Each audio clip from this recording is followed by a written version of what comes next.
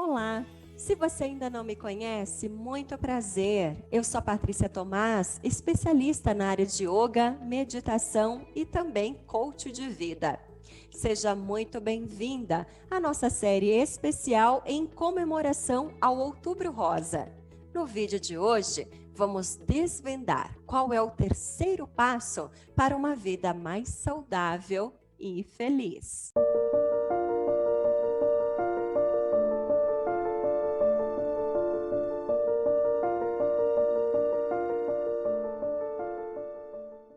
No vídeo de hoje, vamos falar sobre um cuidado que deve ser diário, cuidado com as nossas emoções. Sim, temos muitas emoções, sabemos disso, né? Como diz Roberto Carlos, são tantas as emoções. Como é que a gente lida com tudo isso no dia a dia?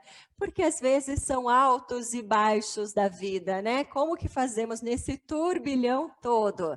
Vamos aprender a reconhecer um pouco mais e principalmente, vamos falar sobre felicidade. Puxa vida, não pode ser um sonho tão distante da gente, não é mesmo? Então vamos lá, deixa eu compartilhar esse material com você. Nesse vídeo, vamos falar então sobre inteligência emocional, especialmente dois pilares fundamentais da inteligência emocional. São eles, primeiro, autoconhecimento. O quanto eu me conheço, o quanto eu reconheço o que se passa internamente comigo, todo esse conteúdo interior, repleto de emoções, de pensamentos, de sensações, de memórias. E o segundo pilar, autogestão. Ok, reconheci isso tudo? O que eu faço com tudo isso agora? Gente, por favor, me ajuda. Como é que eu faço uma gestão legal de todo esse conteúdo? Então, eu quero começar a dizer para você, calma lá. Se você está sentindo hoje tristeza, raiva, alegria ou qualquer outra emoção, não tem nada de errado com você. Sabe aquela frase? Ah, você não pode sentir isso não é bom para você. Acontece é que a gente nunca teve na nossa escola, na nossa escola da vida, ou mesmo quando estávamos aprendendo dentro do formato escolar, uma disciplina que se chamasse inteligência emocional. Nós não sabemos muitas vezes o que fazer com as emoções. Quando elas aparecem, então como a gente não sabe lidar com aquilo, joga para debaixo do tapete. Mas sabe aquela represa que vai enchendo, enchendo, enchendo, e na hora que extravasa, explode, vem com toda a força aquela água? A gente não precisa disso. Ao contrário, vamos tirando debaixo do tapete tudo que está escondidinho e vamos começar aos poucos, com gentileza, a fazendo essa limpeza, aprender a lidar com tudo isso. Então, eu quero te mostrar que existem emoções primárias que são universais a todo ser humano. São elas: medo, raiva, aversão ou nojo, surpresa, tristeza, alegria e amor. Todos os seres humanos possuem as emoções primárias desde sempre. Então, se por acaso você amanheceu hoje, acordou num dia, estou sentindo mais tristeza. Ah, o que está acontecendo? Então, primeiro, reconhecer. Peraí, estou sentindo tristeza. E segundo, né, primeiro autoconhecimento e segundo, autogestão. O que tem por trás dessa tristeza? O que aconteceu para desencadear isso? O que eu posso fazer com isso? Quem quiser se divertir com esse tema, tem aquele desenho muito fofinho que se chama Divertidamente e mostra como todas as emoções primárias têm um papel fundamental. Nós sentimos muito que esse ano, medo, ok, o medo veio com muita força por diversos motivos, uma pandemia, algo muito novo. O medo, ele é só ruim? Não. O medo ele tem um lado positivo fundamental. Ele é a base da nossa sobrevivência. Ele é o que nos garante estar vivos hoje. Então, todas as emoções, elas são, sim, muito importantes. E na outra coluna tem as emoções secundárias.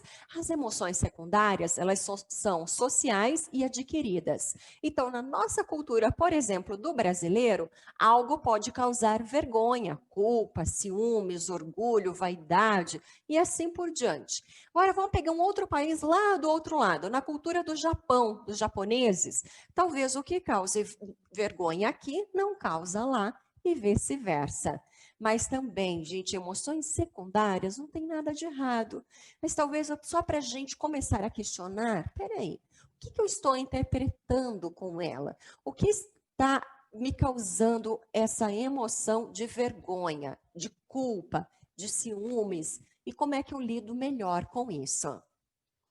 Na escala das emoções de Hawkins, já foi conseguido, então, já foi comprovado que cada emoção tem uma frequência e elas foram medidas em hertz. Então, as emoções mais baixas, por exemplo, falamos agora, vergonha, culpa, olha aqui. E o que já foi comprovado também? O quanto isso tem a ver com sintomas e doenças. Vergonha, 20, culpa, 30 hertz é uma frequência muito baixa. É a frequência que te joga ou te segura na cama. Sabe quando você está repleto de culpa e não consegue nem se movimentar na vida, ir para a ação, colocar teus planos, teus sonhos em prática? Muito diferente agora de emoções que têm uma vibração, uma frequência muito mais elevada. Por exemplo, o amor, 500, alegria, 540, paz, 600 e tantas outras emoções positivas para a gente começar a cultivar cada vez mais. Mais uma pesquisa muito interessante que eu queria compartilhar com você. O Dr. Masaru Emoto, ele foi um pesquisador que eu também acho que ele trouxe uma grande contribuição. Apesar da pesquisa dele ser polêmica, nem todo mundo aceita. Mas olha que interessante isso. Ele conseguiu congelar moléculas e fotografar moléculas de água que estavam em diferentes frequências ou vibração de emoções por meio de palavras e pensamentos. E o que isso chamou tanto a atenção?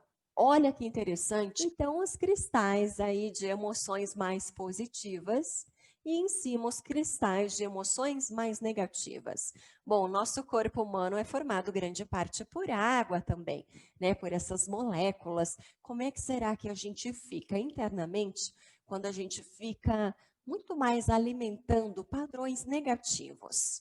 Fica esse insight, essa reflexão para você hoje.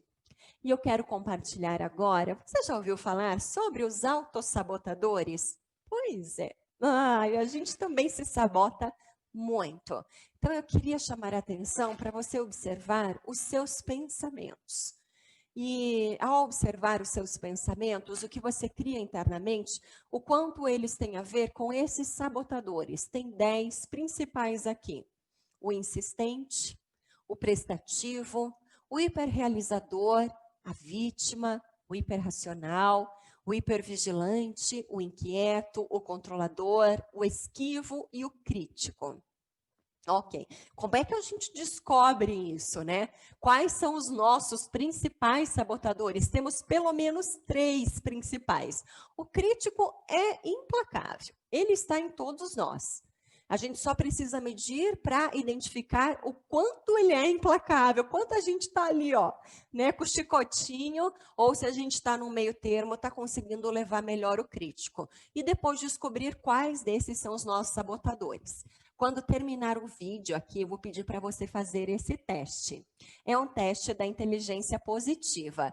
Você não precisa comprar esse livro. Se você se interessar pelo tema, fique muito à vontade.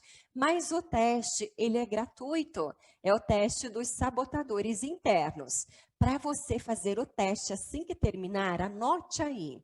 Você vai entrar nesse link, é o link da Companhia das Letras.com.br, porque é a editora que vende o livro, e aí você vai pôr /teste inteligência positiva. Quando você descobrir ali, você começa a observar quais são os pensamentos que estão mais evidentes. Por exemplo, perfil insistente. Vamos supor que você descubra lá que o seu perfil é o insistente.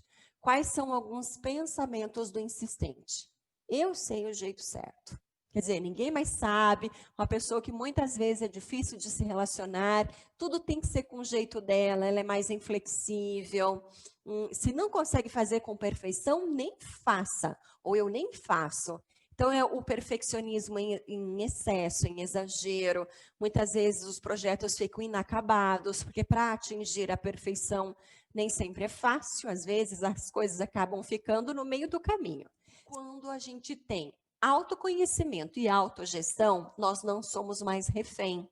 Aí o que a gente consegue? Administrar, fazer a gestão.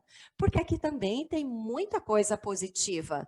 Claro que é legal você tentar trazer com perfeição ao trabalho, o seu trabalho, né? Mas é assim, é medir até onde dá para ir e onde é sabotador. Até um ponto é positivo. O sabotador se transforma quando você perde o ponto, quando fica exagerado. Então, anotou aí? Terminando esse vídeo, já vai lá. E aí eu vou apresentar para vocês esse cara muito simpático, que foi considerado pela ciência o homem mais feliz do mundo. Para a gente terminar esse vídeo hoje falando de felicidade. A gente precisa alimentar muito mais questões internas que gerem, que fortaleçam a nossa felicidade. Bom, ele foi comprovado cientificamente, né? Tudo que eu estou dizendo ao longo desses vídeos não é achismo, tem muita ciência, muitos pesquisadores por trás. E a ciência conseguiu mostrar que o índice de felicidade dele é altíssimo.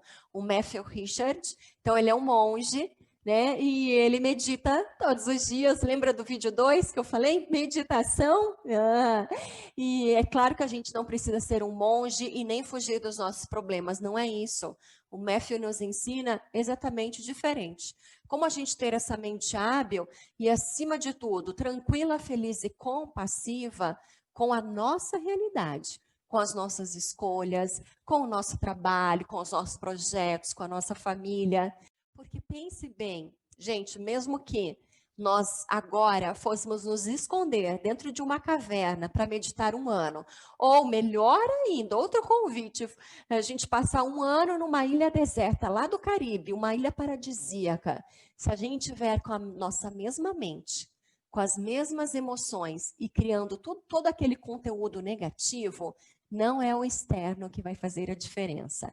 É o interno que vai fazer a diferença.